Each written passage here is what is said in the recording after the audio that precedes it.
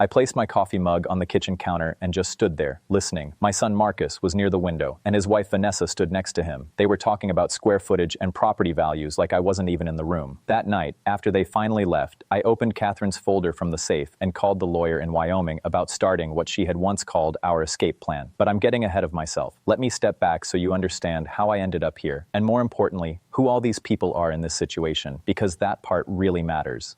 My name is Richard Patterson. I'm 67 years old, a retired civil engineer. I spent 42 years designing water treatment systems across the Midwest. My wife Catherine passed away 6 weeks ago from heart disease. She was 65. We had been married for 43 years. We have 2 children. Marcus, 41, works as an investment banker in downtown Chicago and is married to Vanessa. Then there is Diane, 38, a marketing executive, married to Brad, who works in commercial real estate. And then there is my nephew Tommy, 26, a wildlife photographer. His mother was my younger sister Linda, who died in a car accident when Tommy was only 7. Catherine and I raised him like our own son. To me, he is just as much my child as Marcus is. That's the family, and it's important to keep it clear, because things get messy. The day of Catherine's funeral was cold. The kind of February cold in Chicago that settles into your bones and doesn't leave. St. Michael's Church was full. Catherine had worked as a nurse for 38 years before retiring, and many people came to honor her. I sat in the front row between Marcus and Diane. Tommy was on my other side, his hand resting on my shoulder during the service. What stayed in my mind wasn't the ceremony itself, but what happened afterward at the house during the gathering. I was in the kitchen making coffee when I overheard Marcus and Vanessa talking in the hallway. They didn't know I was there. The house is probably worth at least $850, maybe $900,000, Vanessa said. And you said there are retirement accounts, savings, mom's pension, Marcus replied. That stops now that she's gone, but dad's pension is steady, plus life insurance if there was any. I stood still holding the coffee pot. We should talk to him about downsizing, Vanessa said. This place is too big for him alone. He should sell and move into a condo. The market is good right now. Give it a week, Marcus said. Then we'll bring it up. They didn't even wait a week. 3 days later, Marcus came back with a folder full of listings. Dad, we need to talk about your living situation, he said, spreading papers across the dining table. Senior apartments, assisted living, condos, retirement communities. I'm 67, not 90, I told him. I'm not moving anywhere. Be realistic, Vanessa said. This house is 4 bedrooms, 3 bathrooms, half an acre of yard. It's too much for one person. I've managed this house for 40 years, I said. I think I can still manage it. Marcus used his banker tone. It's about making smart decisions with your assets. If you sell now, you could get around $700,000 after mortgage. Invested properly, plus your pension and Social Security, you'd live very comfortably in a smaller place. And what happens to the equity? I asked. Marcus and Vanessa looked at each other. Well, eventually that becomes part of the estate, Marcus said carefully, which Diane and I would inherit. So it's just about timing. That's when I understood. It wasn't about helping me. It was about money and timing. I'm not selling, I said. The next day, Diane came with Brad. Same topic, different tone. Dad, we're just worried about you, Diane said softly.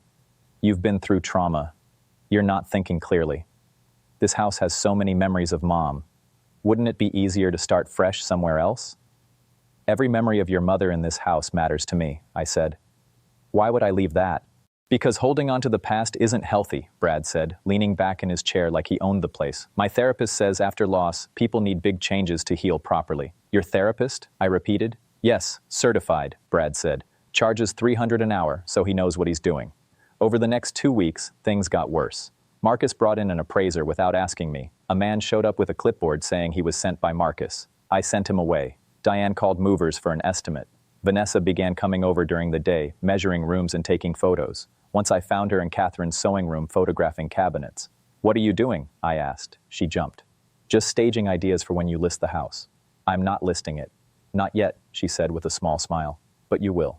3 weeks after the funeral, I came back from groceries and found them all inside my house. Marcus had used his old key. Marcus, Diane, Vanessa, and Brad were sitting in the living room. We need a family meeting, Marcus said. In my house? I asked, setting down the bags. Technically, it's our future inheritance, Diane said. Sit down, Dad, Marcus said. We've made decisions. Vanessa opened a folder. We spoke to an estate lawyer. This is all standard. We found a condo in Oak Park. 2 bedrooms, good location, easy living. We've already planned to list the house April 1st, Marcus added. Spring market is best. You'll get offers quickly. I looked at all of them sitting there, planning my life like I was already gone. Get out, I said quietly. Dad, be reasonable. Get out of my house. You're not thinking clearly, Marcus said. You're thinking about my money, I replied, and your mother's memory. Leave now, or I'll call the police. They left, but Marcus said, we'll come back when you're thinking properly. After they were gone, I stood in silence for a long time. Then I went upstairs to Catherine's closet where she kept important papers. In a fireproof box, I found a folder labeled for Richard. Open after I'm gone. Inside was a letter in her handwriting. My dearest Richard, if you're reading this, I'm gone, and I imagine our children are circling already. I read it again and again. Inside were documents, deeds, bank records, trust papers, and a plan. Catherine had prepared everything. She had bought a ranch in Wyoming, 480 acres in the Teton Valley, 40 minutes from Jackson. It had been in her family and left to her years ago. She had renovated it completely, turning it into a full home with guest space, studio, and everything needed to live peacefully. She had moved money quietly over years, set up trusts, even taken a second mortgage on our Chicago home without me noticing. That house, the one Marcus and Diane wanted so badly, had almost no real value left. Everything meaningful had been moved to Wyoming. The lawyer told me everything was ready. Your wife left you instructions, she said. Transfer the Chicago house to your children. Let them take it. And the mortgage? I asked. They inherit that too. I almost laughed. Catherine had seen it all coming. She even left instructions about Tommy. Everything was arranged for him too. Over the next days, I followed her plan carefully. I acted like I was giving in. I let Marcus believe he was convincing me. Meanwhile, I packed quietly. Tommy was the only one I told. When I showed him the letter, he read it in silence.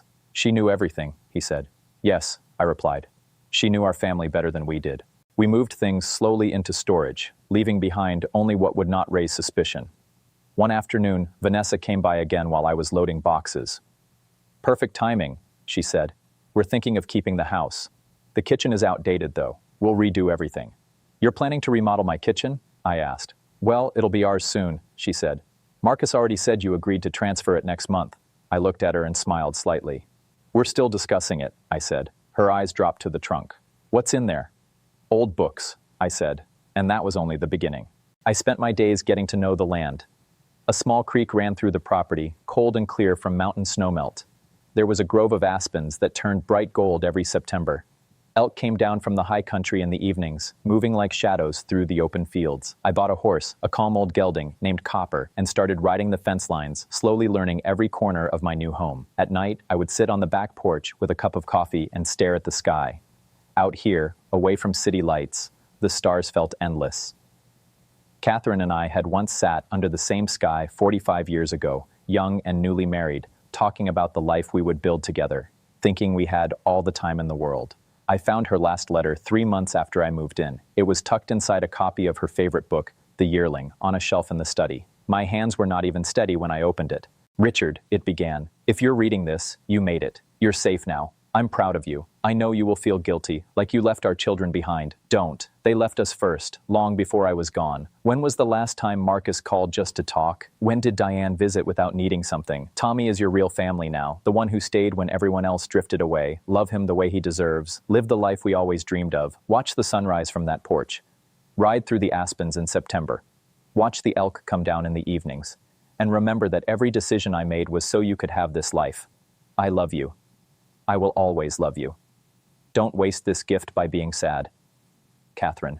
I sat in the leather chair she had shipped to Wyoming, the same chair that used to sit in our Chicago living room, and I cried, not from heartbreak, but from something heavier and softer at the same time, gratitude. For 43 years with a woman who understood me better than I understood myself, a woman who planned my future, even knowing she would not be part of it. Tommy found me about an hour later. You all right? He asked quietly. I handed him the letter. He read it slowly, and by the end he was wiping his eyes. She really loved you, he said. She loved both of us, I replied. That's why we're here. A year later, Marcus called. It was sudden, on a Tuesday morning. I was out on the south pasture, fixing fence posts, when my phone rang. Dad, he said. His voice sounded different, less sharp, less certain. How are you? He asked. I'm doing well, I said. You? A pause. Fine. Busy with work. Then another pause. Longer this time. Vanessa and I are getting divorced. I'm sorry to hear that, I said, and I meant it. Whatever had happened between them, I didn't wish that kind of loss on anyone. She was only with me for the money, Marcus said bitterly. After the house situation fell apart, after she realized there wasn't going to be some big payout, she changed. Everything turned into fights. Then she left. I didn't respond. I could almost hear Catherine's voice in my head, saying she had expected this too. Diane and Brad are struggling as well, he added. Turns out when money is the main reason and the money disappears, there's not much left. Why are you calling, Marcus? I asked gently. There was a long silence. I wanted to say I'm sorry, he said finally, for how we treated you, for how we treated Mom's memory. You were right. We were like vultures. I sat down on a fence rail and looked out at the mountains. I appreciate you saying that, I replied. He hesitated again. Is there any chance... Could I come visit you? See where you're living? I'd like to talk. Really talk. Not about money. Not about anything like that. Just... talk. I stayed quiet for a moment, thinking about everything that had happened, about the pressure, the entitlement, the way things had broken apart, and I also thought about something else. He had called. He had apologized. That meant something, even if it didn't fix everything. Call me next week, I said. We'll figure it out. I don't know yet if Marcus will actually come. Maybe he will. Maybe he won't. But I left the door open because that's what Catherine would have done. She was always better at forgiveness than I ever was. Tommy turned 27 last month. We celebrated by the creek with a small bonfire. He had just sold his first major photo collection to a wildlife magazine. We cooked steaks over the fire and talked about his mother, my sister Linda, and how proud she would be of him. Do you miss Chicago? He asked me.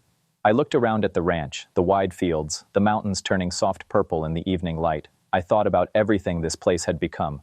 I miss your aunt, I said. Every day. But Chicago? No. This is home now.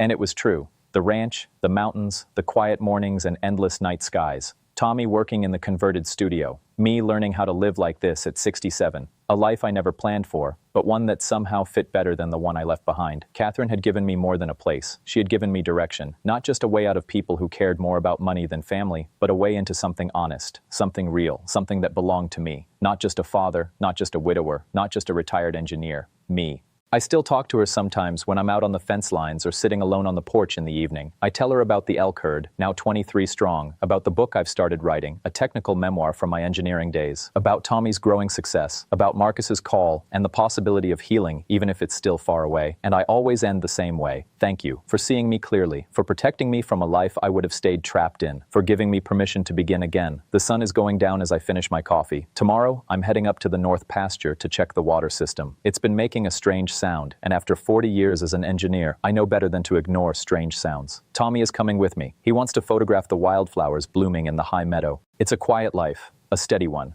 Not the life I expected when I married Catherine 43 years ago, but maybe the one I was always meant to have. And somehow, she knew that all along.